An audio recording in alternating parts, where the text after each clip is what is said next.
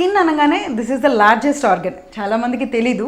So ఇది ఏ విధంగా రక్షణ కవచంలా పనిచేస్తుంది, సామాన్యులకు కూడా అర్థమయ్యేలాగా ఒక్కసారి తెలియచేస్తారా? మీరు అన్నట్టుగా కరెక్ట్ అండి.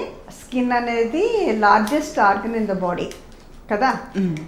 చాలామంది స్కిన్ని ఏదో అందం కోసమనే చూస్తారు, కానీ మేము చెప్పేది ఏంటంటే స్కిన్ ఒక మిర్రర్ లాంటిది, ఒక అద్దం లాంటిది.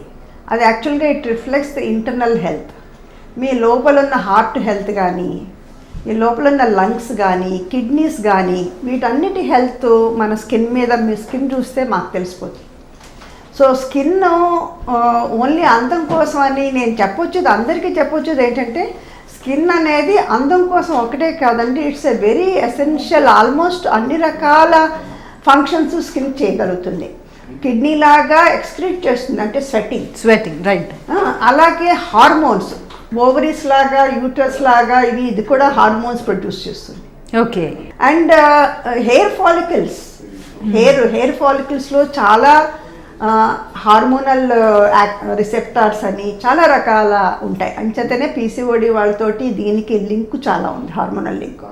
అలాగే థైరాయిడ్తో లింక్ ఉంది, హార్ట్తో లింక్ ఉంది. సో అలా ప్రతి సిస్టము, ప్రతి అవయవంతో స్కిన్కి లింక్ ఉంది. సో స్కిన్ ఒక అందం కోసమే కాదండి, మీ ఓవరాల్ ఇంటర్నల్ హెల్త్ని రిఫ్లెక్ట్ చేస్తుంది, అద్దం లాగా అన్నమాట.